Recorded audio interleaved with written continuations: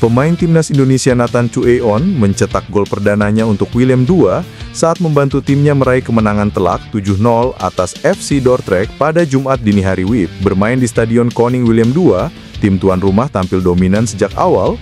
Willem II unggul 5-0 hanya dalam 30 menit melalui gol Samuel Bamba, Devin Haen, Justin Hogma, dan Munirel Alunici.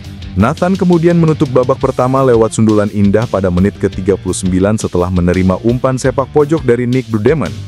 Bagi Nathan, gol tersebut menjadi momen spesial karena merupakan gol pertamanya untuk Willem II sejak pindah dari Swansea City pada musim panas lalu, sekaligus mengakhiri penantian 3 tahun tanpa gol di level klub. Terakhir kali ia mencetak gol terjadi pada September 2022 saat masih berseragam Excelsior Rotterdam. Kini, Nathan telah mengoleksi 6 gol sepanjang karir profesionalnya. Kontribusinya ini menunjukkan peningkatan kemampuan ofensif meski berposisi sebagai bek.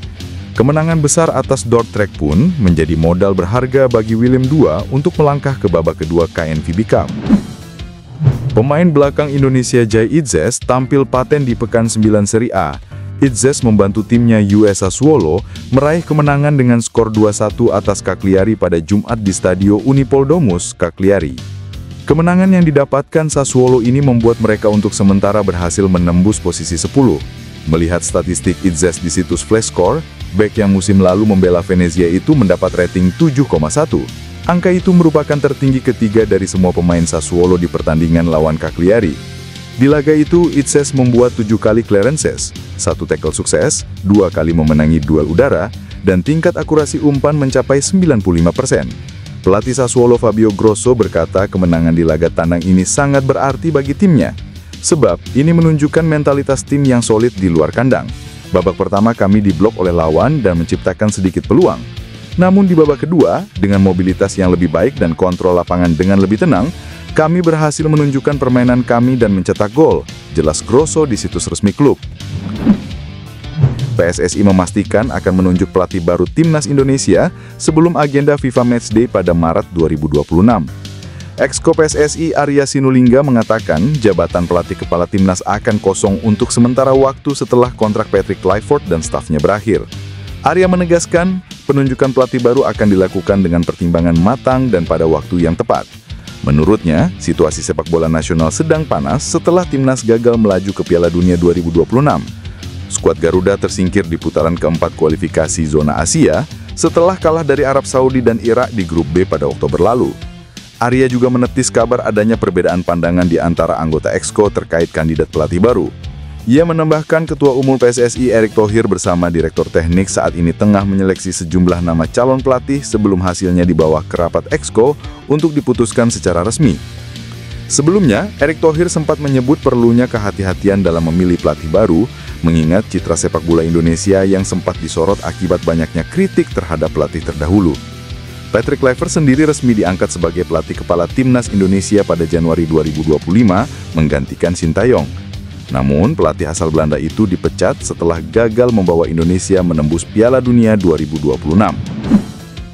Pelatih Timnas Indonesia U23 Indra Syafri gembira timnya diberi kesempatan memainkan slot FIFA Matchday November. Jatah diberi karena Timnas senior rehat. Slot FIFA Matchday alias jeda internasional diberikan ke Timnas Indonesia U23 dengan harapan semakin siap dalam menyambut SEA Games 2025. Kebetulan Timnas senior sedang tidak punya pelatih sehingga tidak mengisi agenda FIFA Matchday bulan depan. Kepercayaan yang diberikan Ketua Umum PSSI kepada Timnas U23 untuk memanfaatkan FIFA Matchday November sebagai bagian dari periodisasi menuju SEA Games, kata Indra Syafri. Tim pelatih Timnas U23 akan memaksimalkan 2 laga FIFA Matchday sebagai simulasi kompetitif yang terintegrasi dalam program latihan dan evaluasi performa. Setelah sebelumnya menghadapi India sebagai lawan yang kompetitif, Coach Indra menyampaikan proses pemilihan lawan berikutnya akan dilakukan secara terukur. Terkait kemungkinan penambahan pemain, Indra menegaskan proses seleksi akan mempertimbangkan 3 aspek utama. Pertama, kesesuaian dengan regulasi usia di ajang SEA Games dengan batasan U23.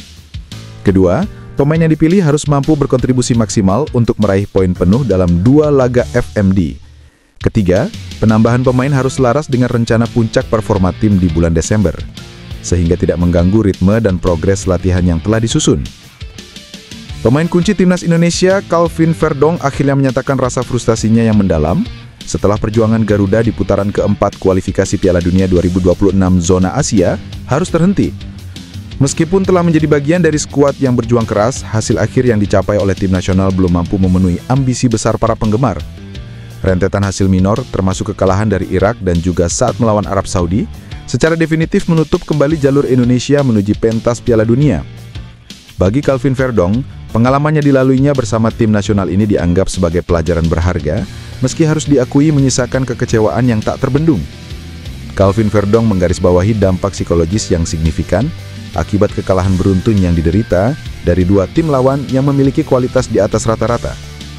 Penggawa andalan timnas Indonesia ini merasakan benar bagaimana hasil negatif tersebut mempengaruhi kondisi mental dan semangat juang seluruh anggota tim.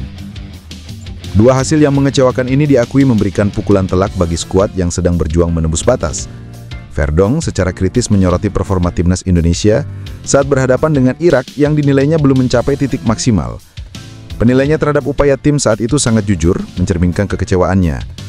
Anggota Exco PSSI Arya Sinulinga menyebut pelatih baru timnas Indonesia disiapkan untuk FIFA Matchday Maret 2026, sedangkan FIFA Matchday November dipakai oleh timnas U22. Saat ini kursi pelatih timnas Indonesia sedang kosong pasca pemecatan Patrick Kluivert. Sekitar 2 pekan setelah pemecatan itu, PSSI belum menunjuk pengganti Kluivert. Kondisi itu membuat timnas sampai harus melewatkan FIFA Matchday alias jeda internasional November 2025. PSSI merencanakan bahwa timnas baru akan mengisi agenda FIFA Matchday lagi pada FIFA Matchday pertama tahun 2026. Sebelumnya, Ketum PSSI Erick Thohir menyatakan bahwa pihaknya belum mencari pengganti Kluivert. Selain tidak ingin terburu-buru, ia menyebut sedang memperbaiki citra sepak bola Indonesia yang kental budaya bullying di media sosial. Isu tersebut pula diklaim Erick Thohir sebagai hambatan PSSI dalam mencari pelatih baru. Federasi tidak ingin memaksakan mencari pengganti pelatih baru hanya demi timnas bermain di FIFA Matchday bulan depan. Kami harus memperbaiki dulu citra PSSI di luar negeri. Ada istilah kalau mau memilih sesuatu, jangan lagi bahagianya, jangan lagi sebel-sebelnya, atau lagi sedih-sedih.